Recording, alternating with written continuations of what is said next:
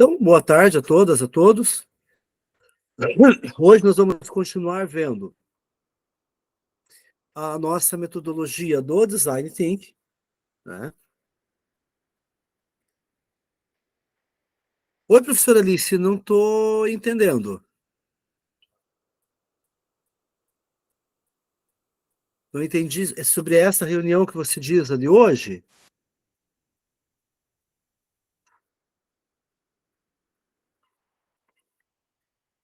Professora Alice?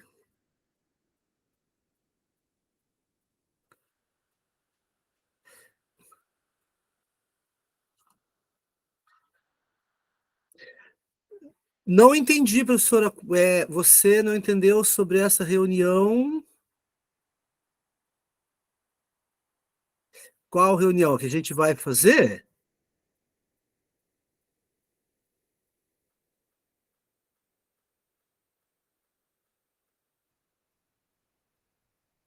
Você não estou entendendo. Se puder escrever, professora Alice? Gente, vocês estão me ouvindo bem? Tranquilo? Sim, sim. Sim. Tá, então beleza. Na verdade, eu não entendi, professora Alice. Então, hoje nós vamos começar vendo, então, o ponto da ideação dentro do Design Thinking. Tá? Para nós fazermos um...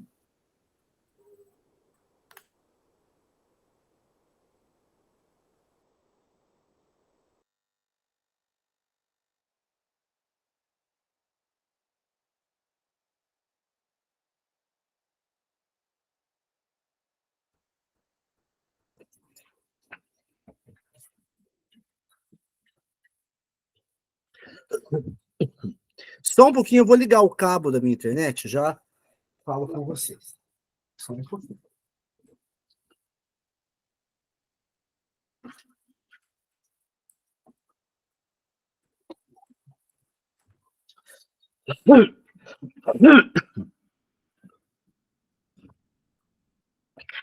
Só um pouquinho, eu vou ligar aqui.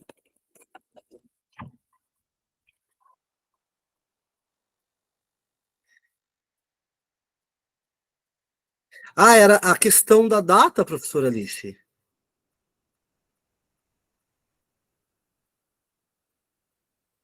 Você estava com dúvida em relação à data? É isso?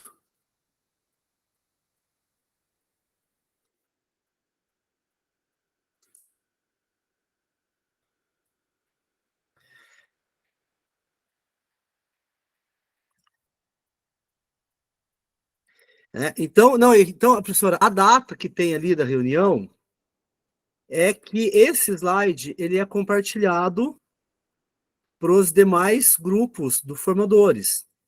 Então, a reunião de hoje, ela é de 27/6 a 30/6, certo? Então, essa data que a gente tem aqui, de 27/6 a 30/6, ela se refere aos demais grupos, tá?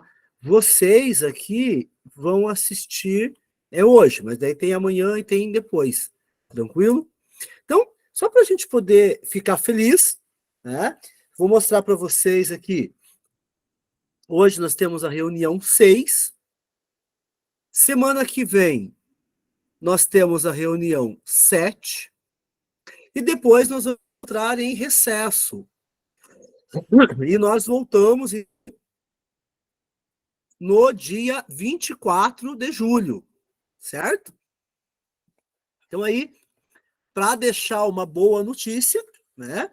Nós voltarmos aí, nós vamos ter o nosso recesso gostoso no meio do caminho. Tranquilo? Então agora, quero debater com vocês que nós já vimos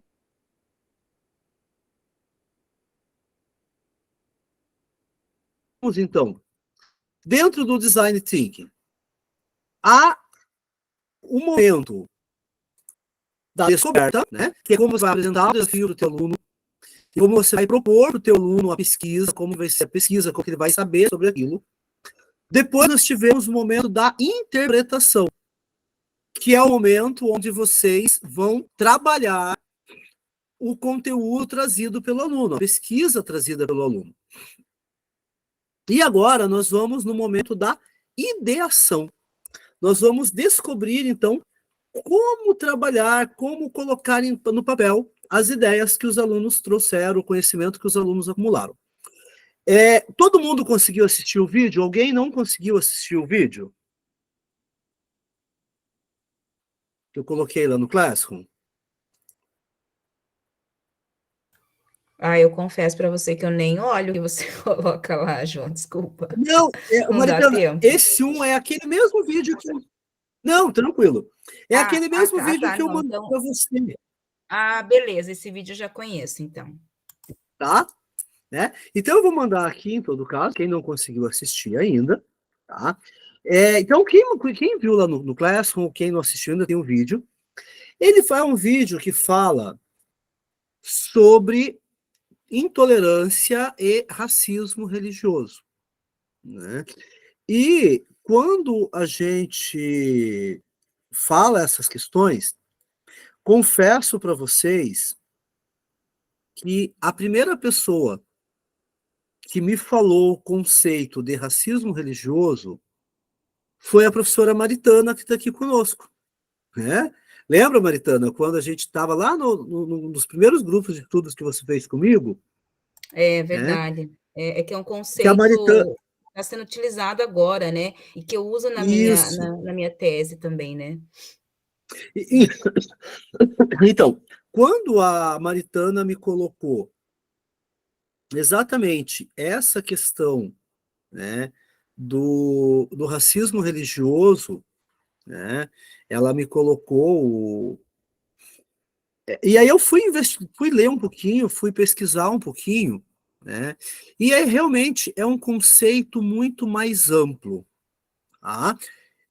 O racismo religioso da simples intolerância religiosa. Quando nós falamos em intolerância religiosa, né, e depois aí, Maritana que pesquisa as relações étnico-raciais pode me dar uma correção também, né? Mas no exemplo, no caso de intolerância religiosa, eu me lembro muito de um caso que aconteceu comigo quando eu estava no ensino médio. Na minha turma do ensino médio, tinham duas que eram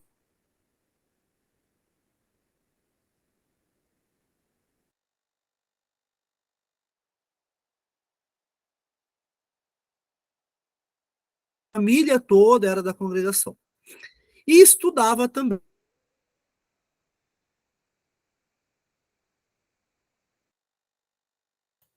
Eu não sei se é o meu computador ou se é você que está travando aí. Tá travando. Eu também não pude ouvir quase nada. Então tá. Tá travando, João.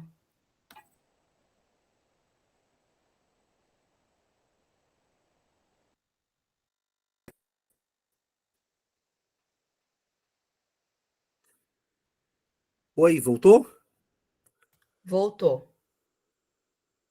Voltou, desculpa, gente. Minha internet hoje, eu estou ligando aqui, mandando mensagem para operadora de internet aqui. Estão me ouvindo agora? Sim, às vezes ficar com a câmera desligada ajuda nessa questão da. Mas eu tenho que ficar aberto, senão não me...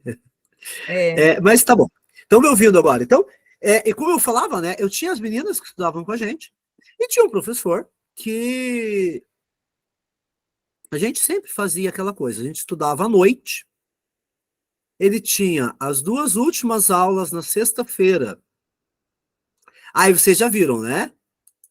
A gente chegava lá assim, professor, se você atrasar 5 minutos para chegar até na sala de aula, não vai ter ninguém lá. Sabe, bem típico de aluno, né? Que não tinha o que fazer. Aí, o que o professor falava pra gente? Mas e as crentes? E as crentes? Vocês já deram jeito nas crentes? E a gente falava, as crentes já foram. A gente só está vindo aqui te comunicar que a gente está indo também. Mas, assim, o que eu quero dizer com isso? Né? Não falar mal do meu professor, pelo amor de Deus.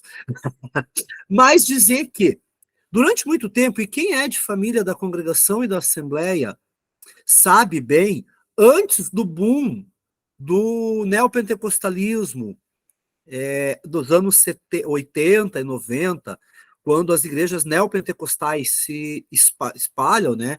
Mas quando, no pentecostalismo tradicional, nós tínhamos apenas a congregação cristã e a Assembleia de Deus, né? Que você tinha dentro do protestantismo, o protestantismo clássico, batistas, metodistas, presbiterianas, e o pentecostalismo, que era a Assembleia de Deus e congregação cristã.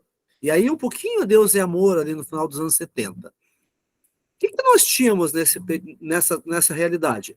O termo crente, ele não era um termo elogioso.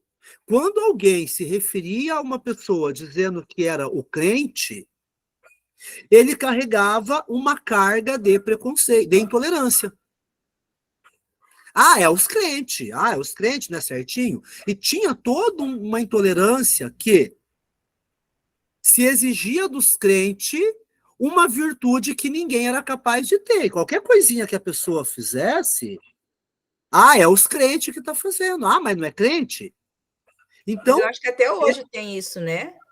Só que aí, hoje, o forte, que né? acontece? Como essas religiões não são tão minoritárias mais, né? Você tem o quê? Até a própria palavra crente, ela é transformada pelo movimento, e isso é muito bacana você pegar das minorias, quando elas conseguem pegar um termo que é pejorativo e transformar em algo bacana. Que eles usam aquilo para se defender do argumento. Então, se você pegar, por exemplo, dentro do movimento negro, quantas palavras existem na língua portuguesa, no falar da língua portuguesa, para dizer que uma pessoa é negra sem dizer que uma pessoa é negra?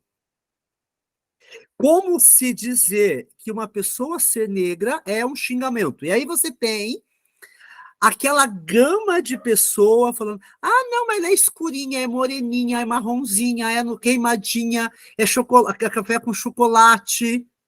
E vai, mas qual é o problema da pessoa falar? É uma pessoa negra. O movimento negro resgatou esse orgulho do pertencimento. Se você pega o movimento LGBTQIA+, durante muito tempo, chamar o outro de viado era cheia. Não durante muito tempo, até hoje. Mas dentro do movimento, eles usam a palavra viado para se referir um ao outro como uma forma de defesa. Se eu estou me xingando disso, ninguém me xinga de mais nada. Macumbeiro.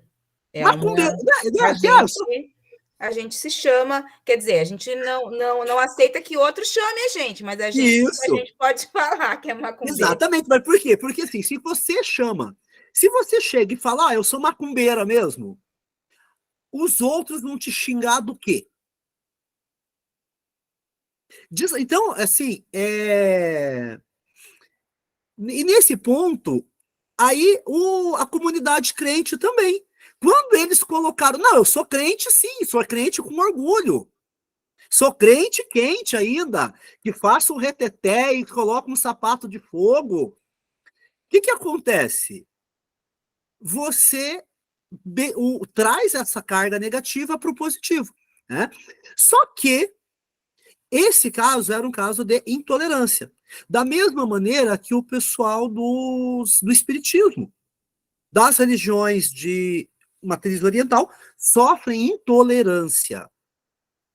E também, se você vamos pegar, até grupos católicos também sofrem intolerância dentro de algum espaço que eles sejam minoritários. Isso é intolerância.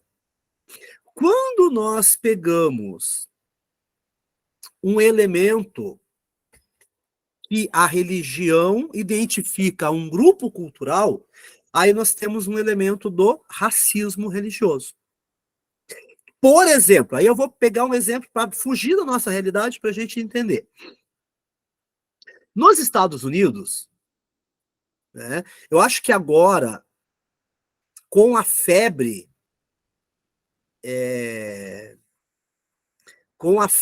que deu agora da Wandinha Adams, todo mundo que não conhecia passou a conhecer a Wandinha, pelo menos ver uma aluna ou outra com um adesivo no caderno. Não conheceram? Nunca viu, professor? Nenhuma menina com adesivo da Wandinha? Ah, mas vai ver, pode ficar tranquilo. Não, também não, Maritana? Nossa, mas então aí na cidade dos 6 a meninada tá lerda, porque aqui em casa, inclusive, eu tive a festa de aniversário foi todo no tema da Wandinha, vestido preto, morcegos e tudo mais. Mas a família Addams vocês conhecem do cinema, quadrinhos, né?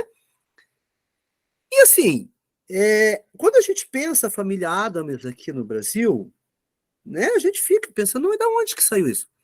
Pois a família Addams é uma crítica do autor dos quadrinhos, das tirinhas, na verdade, que eram tirinhas. Ele faz uma crítica do racismo religioso norte-americano contra os católicos. Olha que louco, né? Aquela família toda bizarra que gosta da morte, do macabro, é uma crítica da forma com que a sociedade americana enxerga os católicos latinos. Porque nós temos lá nos Estados Unidos, onde que tem catolicismo muito forte? Nas regiões latinas e nas regiões de colonização francesa, New Orleans, né? As regiões de colonização francesa, os italianos, os irlandeses. E por que eles fazem essa crítica aí, né, dos Addams serem todos mórbidos, gostarem da morte, né, da tragédia, da superstição? Porque é a forma com que os protestantes veem os católicos. Esses dias eu estava olhando, né, na igreja que eu frequento aqui em Pinhal, tem um vitral com os santos, com os apóstolos. E tem um apóstolo com um pedaço de pau, tem um apóstolo com uma lança, tem um apóstolo com uma serra, tem um apóstolo que está com toda a pele dele no braço. Eu não sei se eu já comentei com vocês, eu morria de medo quando eu era criança do quadro de Santa Luzia. Eu morria de medo, né? Quem aí já viu um quadro de Santa Luzia? Você nunca viu um quadro de Santa Luzia, Maritana? Os olhos no prato. Os olhos da santa no prato. Verdade. Se você pega a iconografia da Santa Luzia, né, é o quê? É a santa, né, que, segundo a história, a tradição católica, ela era uma moça muito bonita, né, tinha olhos muito penetrantes, muito bonitos, e aí o oficial romano, que se apaixona por ela, denuncia ela para as autoridades romanas que ela era cristã, e eles tentam fazer com que ela renuncie à fé. E aí, como ela não renuncia à fé, eles arrancam os olhos dela e colocam os olhos dela num prato. Deixa eu ver se abre aqui, tá meio... Eu não sei se vai dar para vocês verem. E aí, o quadro da Santa Luzia é a santa... Não tá abrindo aqui, não sei por que minha imagem. Meu computador hoje tá uma maravilha, gente. Mas depois vocês pesquisem no Google ali, imagem de Santa Luzia, vocês vão ver. né? Ela com os olhinhos no prato ali. E tem vários outros santos que o São Sebastião, né? O que é o São Sebastião lá São com as Lázaro flechas? também, né? São Lázaro com as feridas. Então, para um olhar protestante americano, né? Olha aqui, não sei se está dando para ver, ó. Aqui nesse pratinho tem 2 olhos que ficam encarando a gente, os olhinhos no prato ali, né? O próprio crucifixo é uma imagem terrível, né? Quando você vê, né? Quando você tem ali o choque, né? Para quem não é da cultura católica. Então, isso lá nos Estados Unidos, ele é o quê? É um racismo religioso porque isso faz parte de uma cultura étnica diferente. No caso do Brasil, as culturas afro-brasileiras, elas enfrentam o que a gente chama de racismo religioso, que é diferente da pura intolerância religiosa. Por quê? Porque o elemento da cultura africana, ele passa pelo enfrentamento de raça, né? Se você pegar, por mais que tenha intolerância contra religiões diferentes, sempre vai ter aquela questão, né? O próprio espiritismo, por exemplo, por mais que o espiritismo seja uma religião com todas as características da religião, tá? Então, se nós pegarmos, o que é uma religião? Uma religião tem rito, tem corpo doutrinário, tem fiéis. E o espiritismo tem rito, tem corpo doutrinário e tem fiéis. É uma religião. O budismo tem rito, tem corpo doutrinário, tem fiéis. É uma religião. Só que muitas pessoas que querem seguir, eu tenho certeza que vocês já ouviram pessoas que seguiram ou o espiritismo, ou o budismo, ou Cheichonoye, falar assim, não, mas não é uma religião. É uma filosofia de vida. Né? É só um ensinamento bonito. Então, eles estão ali tendo uma intolerância religiosa. Por quê? Não querem assumir a religião. Mas quando é a questão racial, como a demonização, né? E aí a palavra cabe mesmo, porque a cultura da Umbanda, do Candomblé, foi literalmente demonizada, né? Transformada em coisa do demônio. Essa demonização não é de agora, essa demonização começou lá em 1534, quando chegam os primeiros escravizados no Brasil. Então, a gente tem que levar isso muito em consideração. E agora eu vou dar um exercíciozinho para vocês. Eu mandei aí para vocês um link de um Jamboard.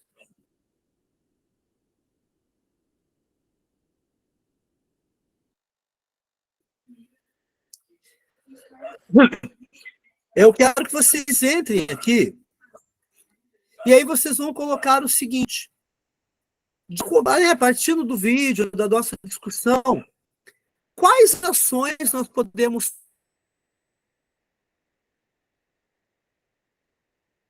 tomar enquanto professores para desenvolver a tolerância e o respeito diante do racismo religioso? Então, podem colocar aqui as observações, dá uns minutinhos para vocês poderem colocar isso aqui. Vou pegar o carregador do telefone.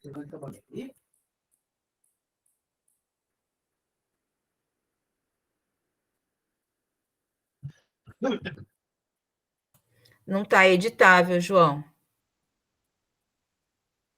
Não está estável? Ai, desculpa. Não. Deixa eu ver. Eu tinha colocado todo. Deixa eu só verificar aqui o que aconteceu.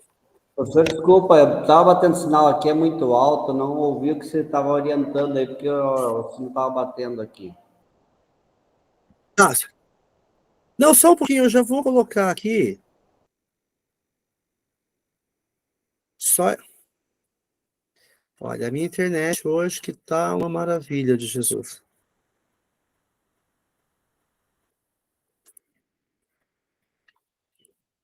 Eu coloquei para o grupo da sede, mas ele não. Deixa eu tentar pelo celular, só um pouquinho. Quando a internet tá ruim, é um... Deus nos acuda, viu? Então, vão pensando aí, eu já libero para vocês. Espera aí.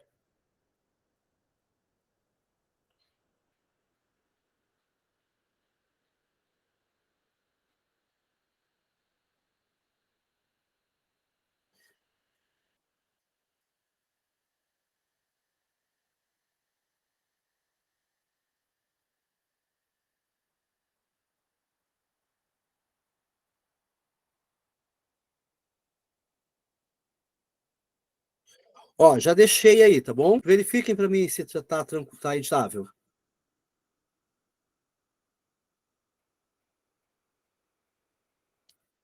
Deu?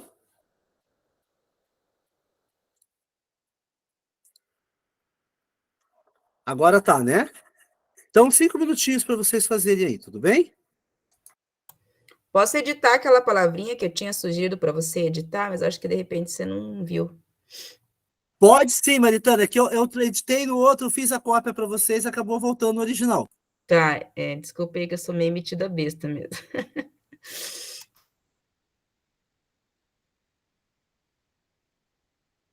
Oi, professor, você estava orientando e eu não ouvi nada, estava batendo sino e está muito alto esse sino aqui. Poderia reexplicar?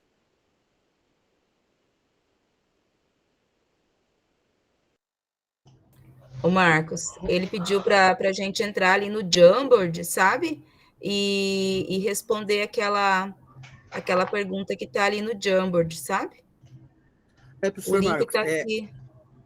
estou mandando novamente o link, professor. Então, como que nós podemos, né, como professores, na nossa prática de sala de aula, promover a tolerância e o respeito, né, o respeito religioso diante dos nossos alunos?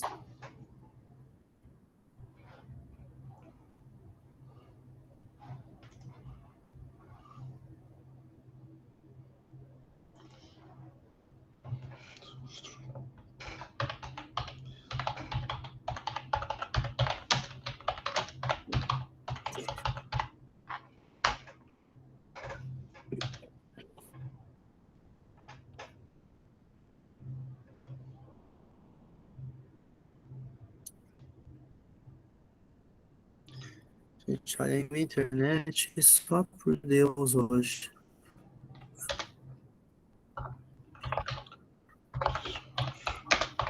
Estão conseguindo? Sim. Sim? Isso. Então, pensando em nossa prática, né, de sala de aula, como que a gente pode promover o respeito e o combate à intolerância religiosa na nossa sociedade e na nossa sala de aula também, né?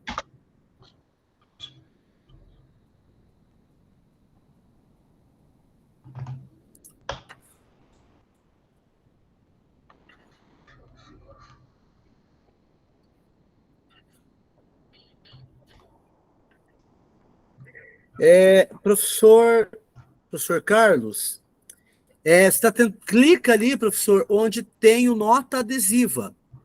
Fica melhor para escrever do que tentar escrever com a canetinha.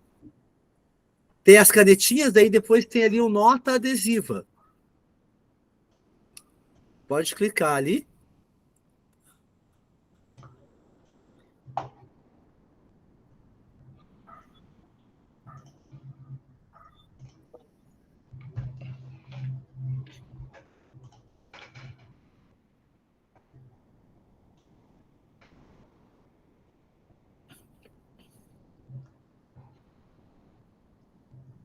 Encontrou, professor? Professor, eu não consigo. No meu aqui só tá para ver. Não tem como. Então eu coloquei no Atualiza chat a ali. tela, professor. Mas você tá com o teu Gmail ou com o @escola, professora?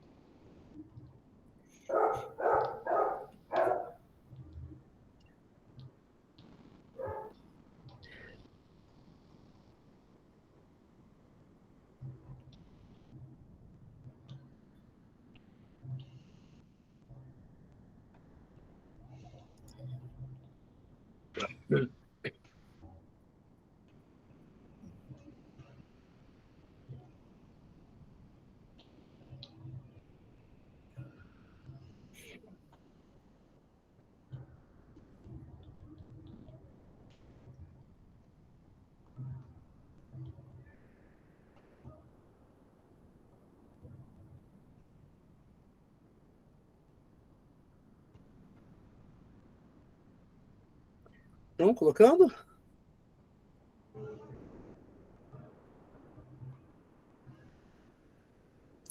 A Ellen não entrou hoje.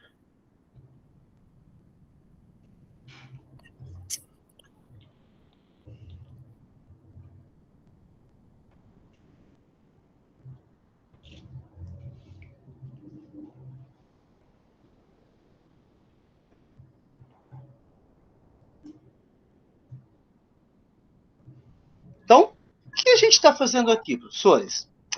Essa técnica é a técnica do brainstorm.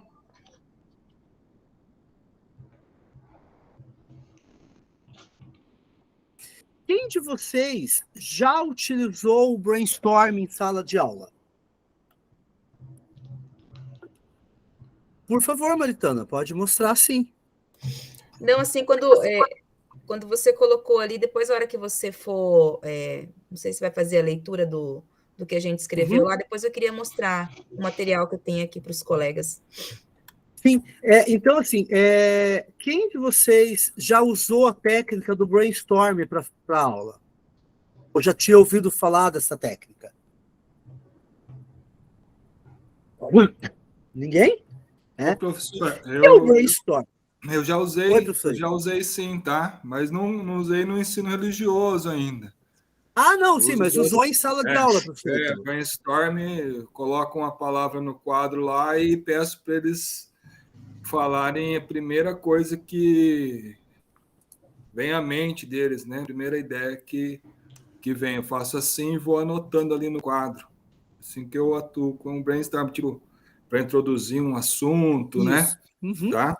Não, exatamente isso. Então, professor, assim, eu também uso bastante essa dinâmica, mas eu acabo usando como nuvem de palavras também, o nome, assim, não para eles se associarem melhor, né? Isso. Não, assim, tanto a nuvem de palavras, né, quanto escrever no quadro, elas são, na verdade, né, essa técnica chamada de brainstorm. Brainstorm, eu tenho uma birra, né, de esses termos que vêm das empresas, das agências, né? Mas o brainstorm, ele acaba sendo utilizado aí.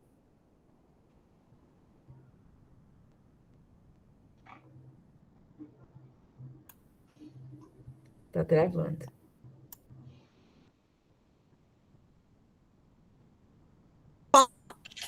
Né? Todo mundo dá a sua opinião sobre um tema, né? Da mesma maneira como o professor Ítalo falou, né? Eu vou dar um tema, eles vão falar o que eles sabem, o que eles acham, o que eles pensam, e a partir dali, a partir daquele tema, né? O aluno vai fazer o quê? A partir dali, o aluno vai dar a sua ideia, né?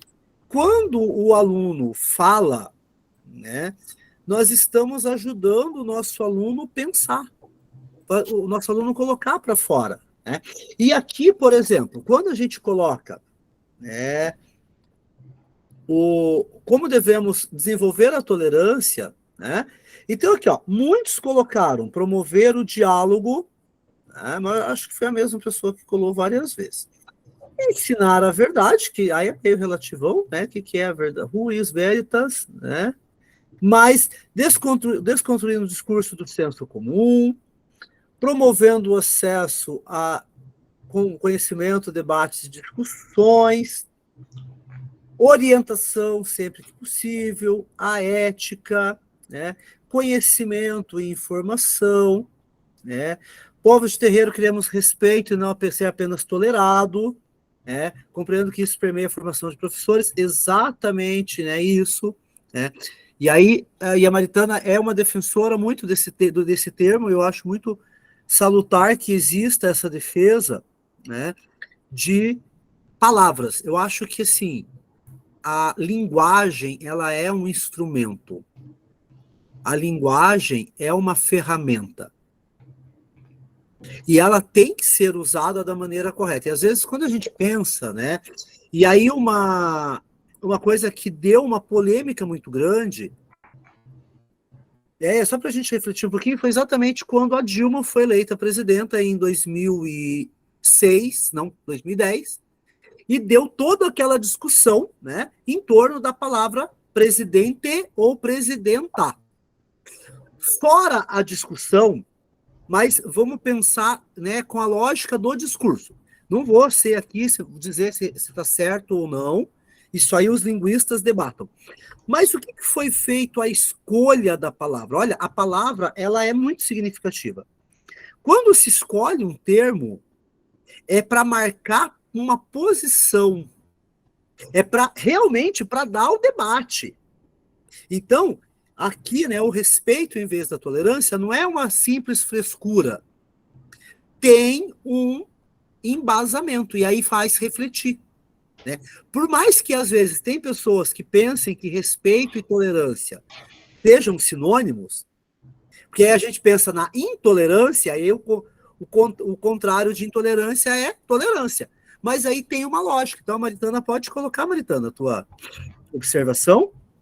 Eu sempre digo o seguinte, né? Essa questão de que o uso da palavra é um uso político também, né? Então, conforme você colocou, quando eu digo presidenta, eu estou me colocando politicamente a partir de um lugar, né?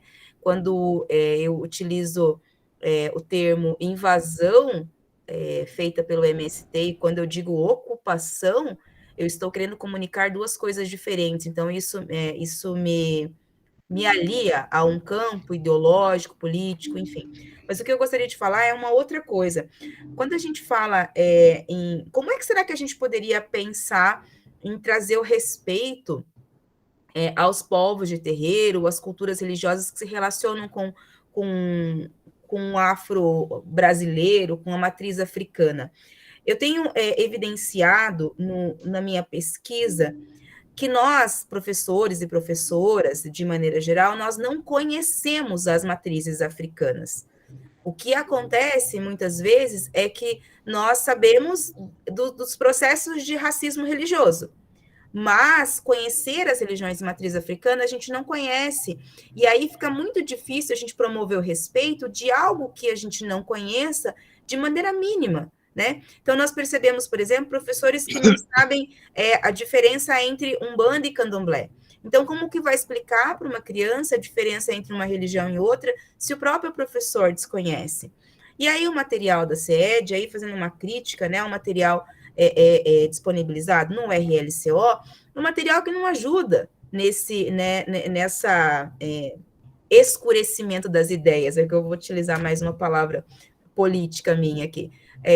Então, assim, eu queria sugerir para vocês darem uma olhada na biblioteca da escola de vocês, se não tem, porque tem 2 livros que eu tenho aqui, dos que eu quero mostrar para vocês rapidamente, que foi mandado, se eu não me engano, em algum momento lá da biblioteca, que foi pensado lá no período da Era Requião, se eu não me engano, que é esse aqui, Mó Obá, História de Princesas, que conta a partir de uma perspectiva lúdica para as crianças de 6º e 7º ano, histórias de princesas africanas. E essas princesas não são somente princesas, são ancestrais divinizados que a gente chama de Iabás. Iabás são as orixás femininas. Então, daí conta história de Oxum, de Iemanjá, de Oiá, enfim, para sugerir aqui. Um outro livro que também tem dentro da biblioteca do professor é essa Mãe África, que também dentro desse livro aqui tem vários contos africanos que também remete à religiosidade. Um que eu olhei aqui rapidamente para falar para vocês lá na página 101 fala sobre a pele de Oiá e Ansã. Então, está falando também de religião de matriz africana a partir de contos. Aí eu trouxe aqui outras coisas para vocês darem uma olhada. Os alunos de vocês gostarem de HQ, né? Tem esse HQ aqui bem legal. Isso aqui já é um pouquinho para as crianças um pouquinho maiores, né? Tem aqui vários livros que eu tenho. Depois, quem quiser me mandar uma mensagem off, eu posso fotografar e mandar para vocês, caso vocês tenham interesse. Livros que vocês podem utilizar nas aulas de ensino religioso. Por exemplo, esse livro aqui, a professora de ciências está usando porque fala de um orixá chamado Ossan, que é o orixá das folhas. Então, ela está associando o conteúdo do 7º ano dela com a aula de ensino religioso e com a aula dela mesmo, quando ela vai falar de caules, folhas, enfim. E aí eu tenho vários aqui, gente, que eu poderia mostrar aqui, mas eu não quero acabar com o tempo da aula aqui, que eu posso fotografar, quem quiser, quem tiver interesse, vocês me mandam mensagens e aí eu mando para vocês, tá bom? Mas eu acho... Maritana, depois você manda para mim, eu coloco no Classroom como referência na biblioteca. Perfeito. Tá? Mas assim, eu acho muito bacana a gente pensar nessa perspectiva. E o professor de ensino religioso, o risco dele o professor de ensino religioso fazer um juízo de valor. E eu só vou, assim, eu sei que a gente está bem apressado, apurado no tempo, mas eu vou fazer um exercício com vocês, só para a gente refletir da seguinte questão. Uma pessoa testemunha de Jeová tem um filho que precisa de um exame de sangue, de uma transfusão de sangue. E ela não aceita fazer a transfusão de sangue. Ela está correta ou não? O que vocês dizem? Depende do ponto de vista, né? Não, ponto de vista de você. Agora é provocação. Vocês. O que vocês fariam? Aliás, o que vocês fariam não? O que vocês falariam se vocês vissem um caso desse na mídia? A gente falaria mal, com certeza. Quer dizer, é um absurdo isso. Você vai deixar seu filho morrer? Essa É. seria a pergunta, né? Então, normalmente a gente tenderia a... Não sei se eu até não perguntei, alguém de vocês é de família ou de tradição testemunha de Jeová? Professora Adriane? Quiser abrir o microfone, professora? Na verdade, é que tem muita em verdade, né, nisso. Isso.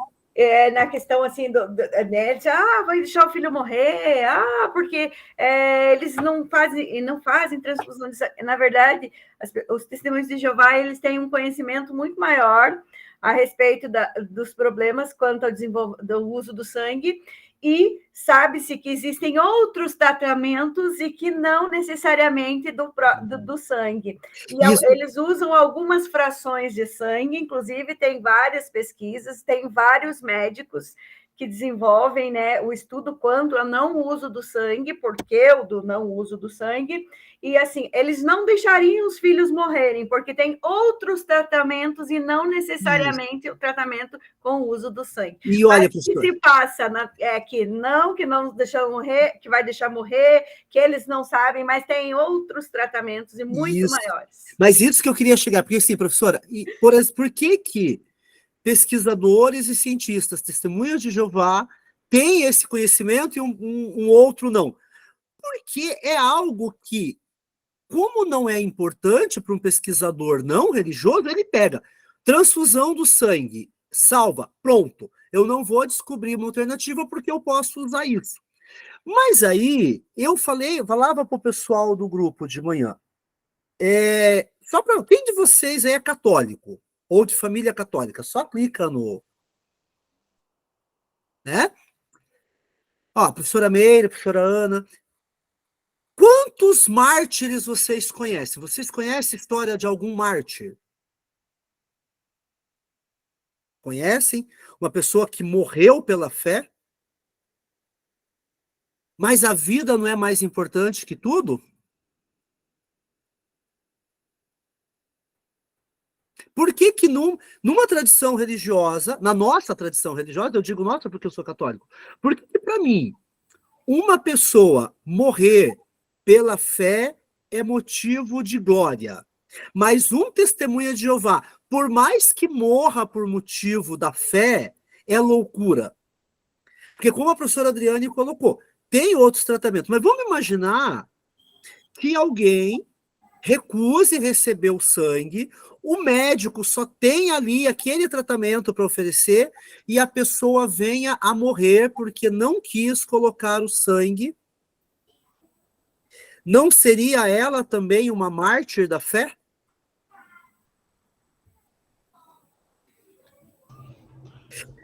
Eu penso que se ela estiver falando dela, sim. Agora, se estiver falando de terceiros, não, né, João? Não, exato, professor. Mas assim, aí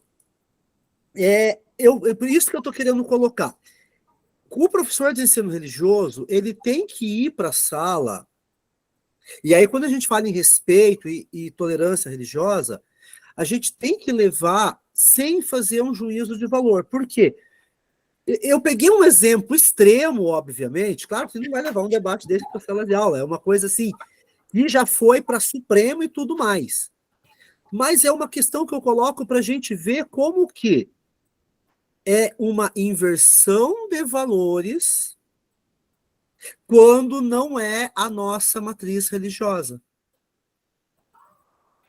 Então, quando eu vejo pessoas que vão para Varanasi para morrer, na tradição hindu, eu acho um absurdo. Lembra que semana passada nós vimos a Madre Teresa? Qual que era a briga dos brahmanes com a Madre Teresa? Porque ela estava interferindo nos planos da roda da vida. Se a pessoa estava morrendo desvalida ali, tinha que deixar ela morrer porque ela estava pagando um karma. Não tinha que interferir. Né? Então, eu tenho que olhar como cientista da religião, né? Não como filósofo, como sociólogo, como historiador ou como antropólogo, mas eu não posso olhar a religião apenas a religião do outro com o meu juízo de valor. A gente tem que passar isso para os alunos. Já abro a palavra para o professor Edson, só para eu concluir. Por exemplo, quem é professor de história aqui? Né? Quando eu estudava história, eu tive professores de história que queriam passar toda a história apenas no viés econômico e político. E diziam assim, o objetivo da igreja era só ganhar dinheiro, porque a igreja só queria ganhar dinheiro, porque o objetivo do Papa na Idade Média era só ganhar dinheiro. E eu comecei a estudar que somente o aspecto religioso não explica o que aconteceu na história. Porque aquelas pessoas da Idade Média ou do Renascimento, elas realmente acreditavam naquilo. Então, a gente tem que considerar o aspecto religioso também. Então, quando a gente vai ser professor de ensino religioso, a gente não pode fazer esse juízo de valor. A gente tem que olhar com um certo distanciamento e tentar entender a cabeça daquele grupo religioso. Professor Edson, pode falar. Olha, professor, eu coloquei ali amor acima de tudo, bem no cantinho lá em cima. Uhum. Por quê? A minha forma agora de tentar transmitir a todos os colegas. A maioria, né? A maioria de nós aqui somos cristãos. Não é o fato de quem não é que eu vá falar. O que eu vou falar aqui, eu quero dizer o seguinte: nós obedecemos os ensinamentos de Jesus Cristo, na grande maioria. Notem vocês. E Jesus, ele fala do amor de uma forma tão extraordinária.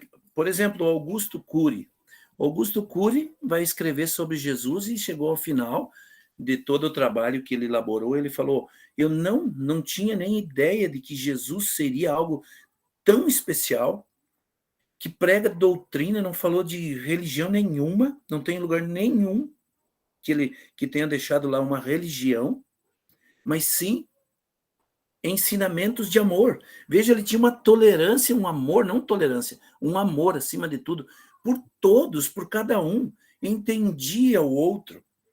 Professor, me permita contar algo que ontem eu chorei junto com o meu aluno. Eu tenho um aluno, e ele tem problemas seríssimos na pele, mas sérios. Estão fazendo um tratamento que o pessoal ajudou, fez até aí como te diz, uma vaquinha. Me permite falar isso. E o menino é uma querideza de menino. Pensa numa criança totalmente amável. E ele é católico. Eu falei para ele, Luan, você acredita bastante em Deus? Sim, professor, eu acredito. Falei, então vamos fazer o seguinte, eu e você, tá?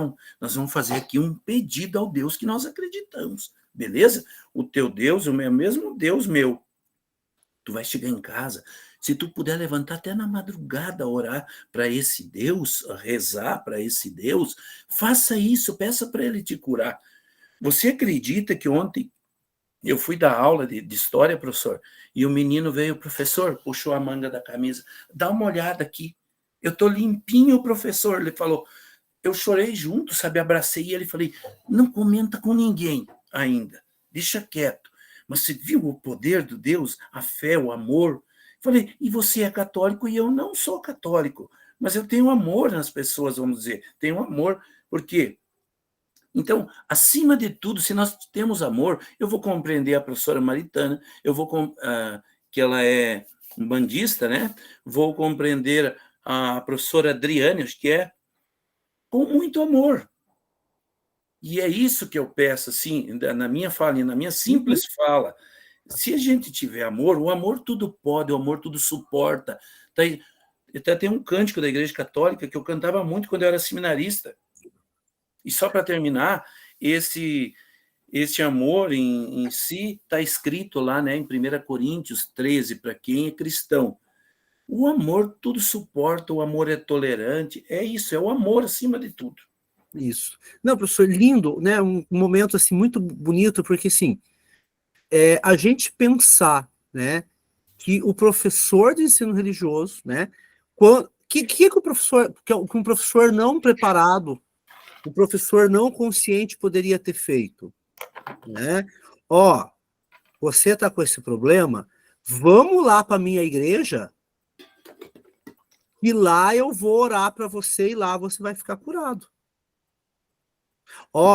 Você tem a tua religião, mas vamos lá no terreiro que eu vou fazer um passe em você.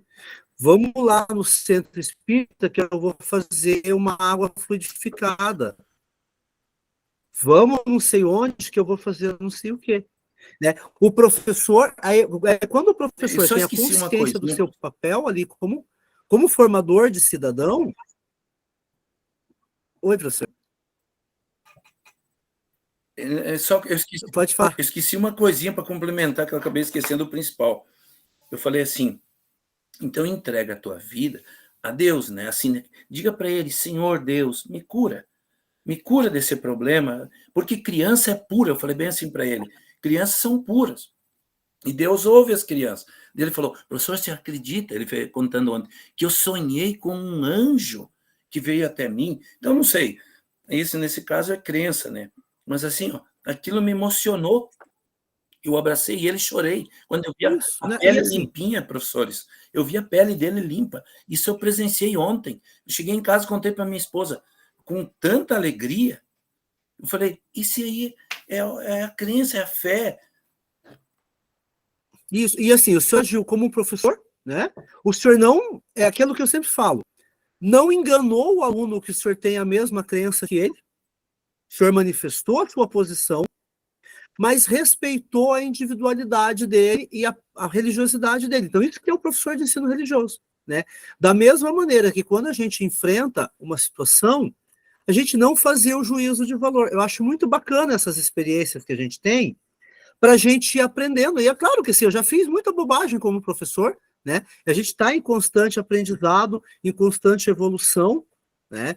E aquela questão, até uma coisa que a fala da professora Adriane me chama muito a atenção também, né? Busque conhecer a gente. A Maritana, a Adriane falou, eu acho que é muito bacana. E aqui na minha tela tá os três, assim, vocês não estão vendo a minha tela? Mas tá os três juntinhos, assim, a Maritana, a Adriane e o Edson, né? Uma da Umbanda, uma do Testemunho de Jeová e uma congregação cristã, mas os três têm uma fala no mesmo caminho. Conheça a tradição religiosa da qual você quer falar, né? E principalmente, respeite a tradição religiosa, né? Não, trate com o mesmo respeito, vocês vão ver como que é bonito, né? E aí eu trouxe esse exemplo para a gente pegar o extremo mesmo, para a gente ser provocado ali, né? Porque às vezes uma coisa, né?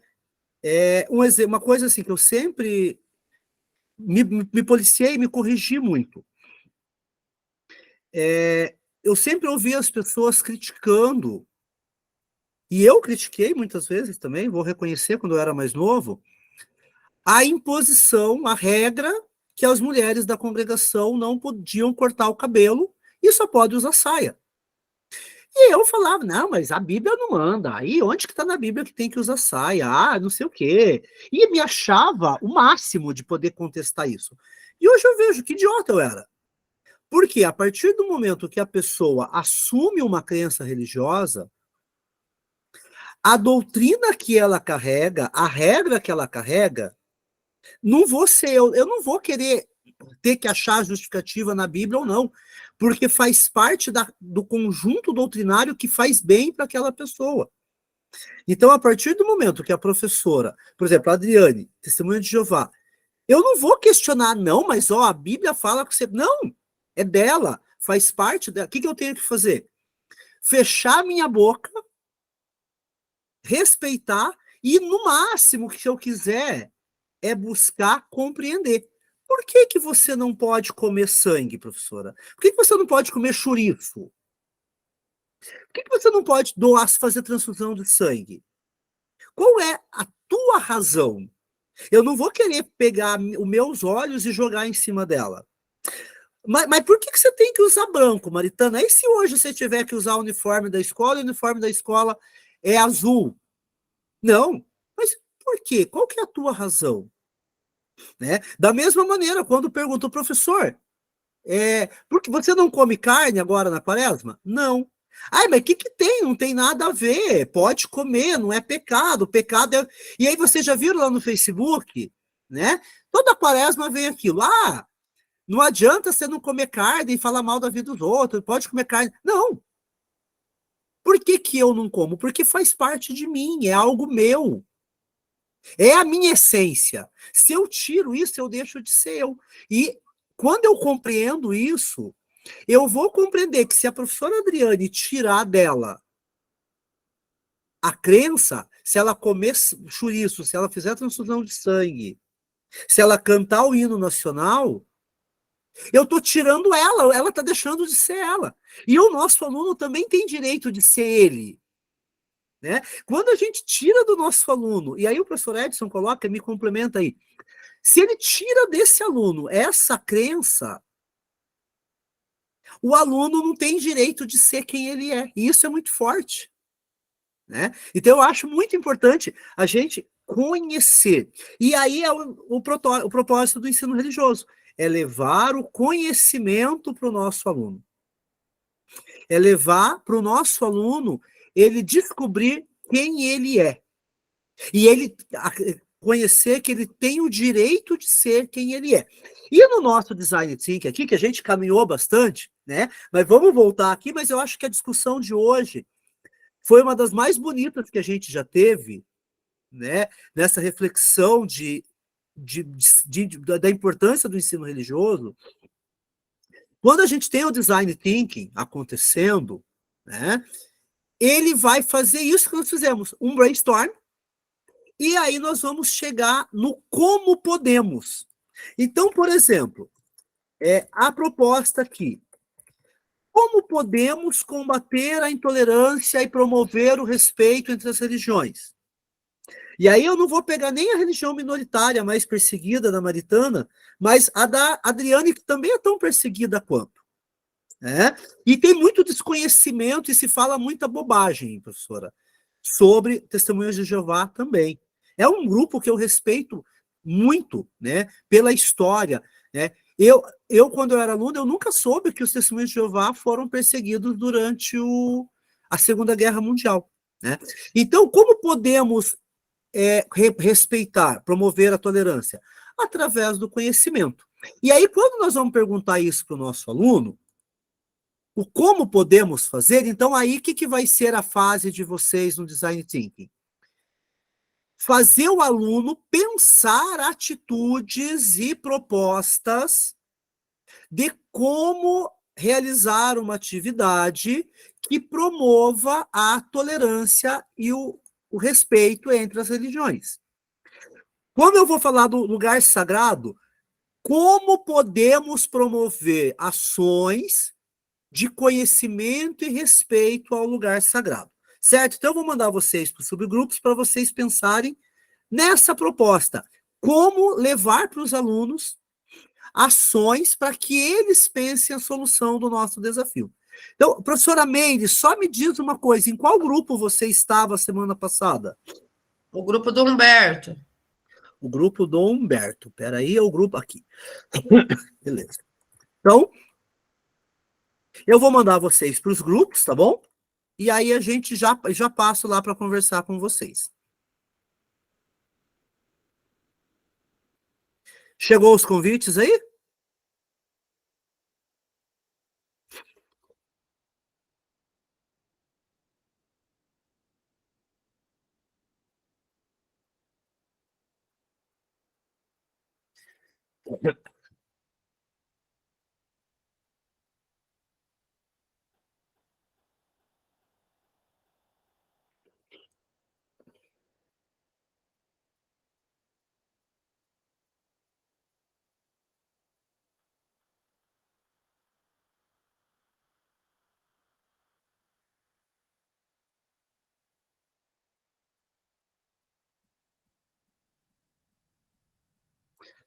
Oi, professora Ana, professora Rosana, chegou o convite para vocês aí das turmas? Estou entrando lá. Ah, beleza.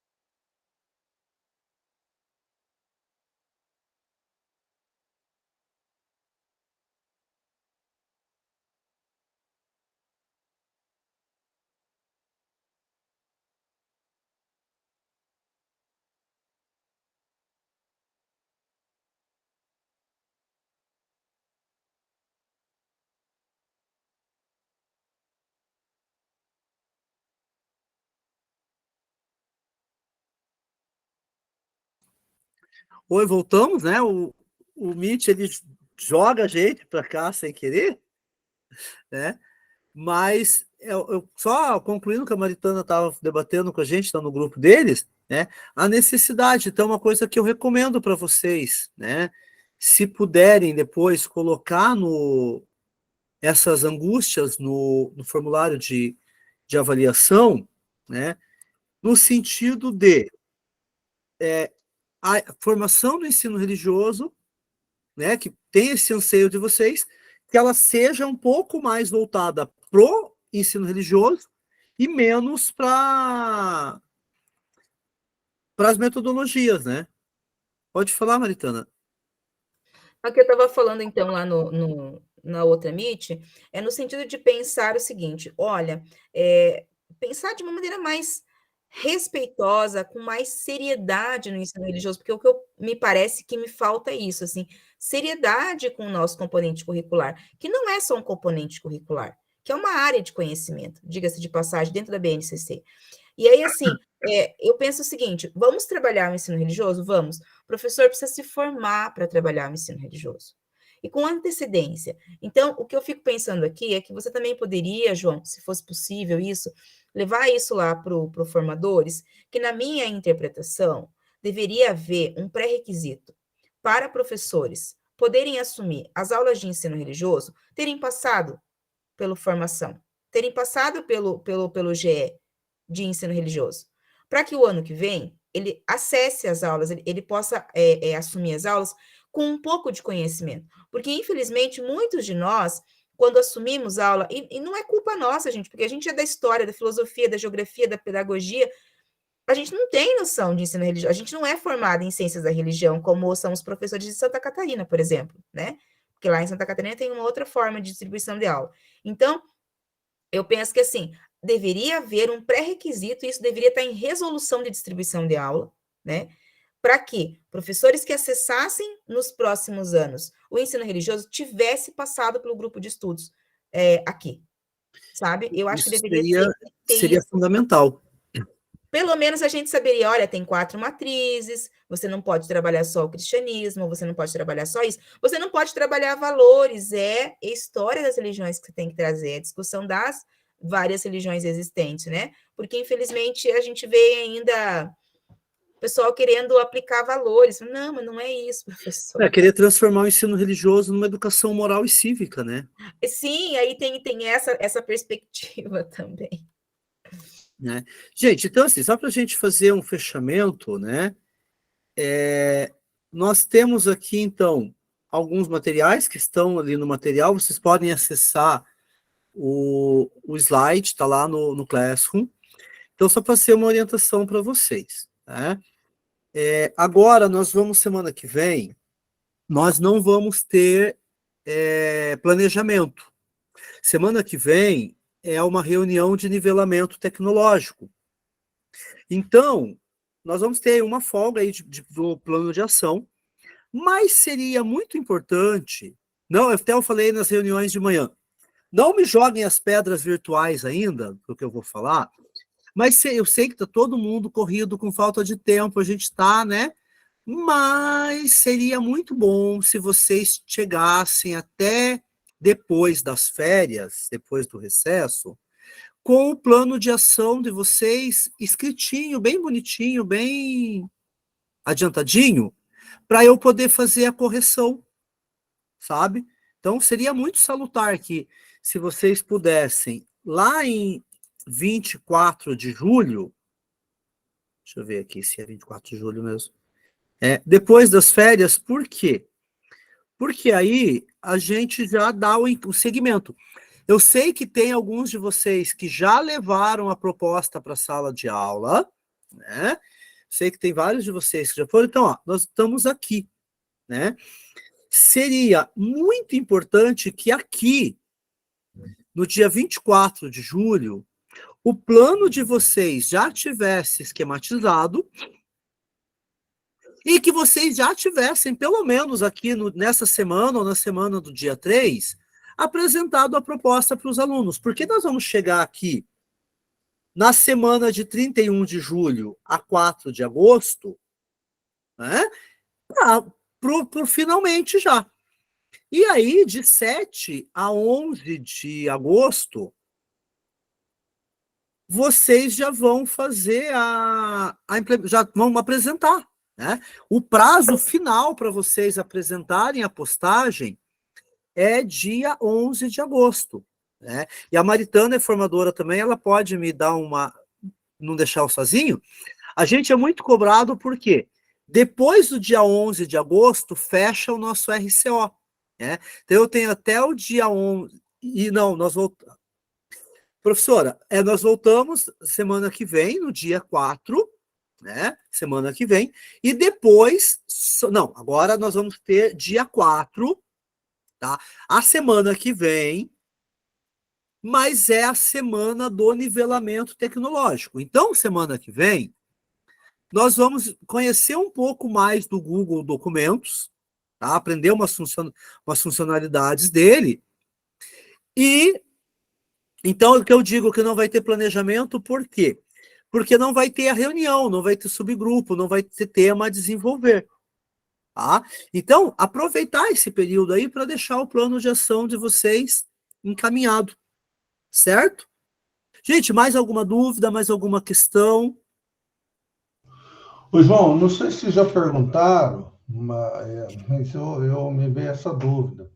Eu estou sem aula de ensino religioso esse ano. Sim. Aí, como é que eu faço? O que você pode fazer, professor? Tem dois encaminhamentos. Você tem quais turmas? Eu tenho primeiro, segundo e 8º ano. Você não tem 6º e 7º ano. Não. Você pode fazer o seguinte, ou você pode fazer um acordo com a professora de ensino religioso da tua escola. Você não sabe se na tua escola tem professor ou professora de ensino religioso que está fazendo formadores? Eu não sei se ela está fazendo. Eu não tenho certeza. Você não sabe o nome dela? Desde às vezes eu já lembro das minhas turmas. Eu não sei, porque tem mais de uma lá, acho que tem 2 professoras. Mas assim, você pode conversar com os professores de ensino religioso para fazer um trabalho, emprestar a turma delas, fazer um trabalho com elas, assim, apresentar a proposta e fazer a implementação com elas. Certo. Ou, em último caso, você usar a temática do ensino religioso e aplicar na tua turma de 8º ano. Ah, tá. Escolha uma turma daí. Isso, como um projeto extracurricular. Sim. Tá? Então, teria esses 2 encaminhamentos possíveis aí. Tá já. Beleza? Mais alguém está na mesma condição do Humberto? E mais um. Sentando ali, já que é um projeto extracurricular, dá para colocar no RCO da gente lá como proposta extracurricular? Pode sim. Né? Como um projeto. Até porque são discussões que cabem todos os anos, né? Sim.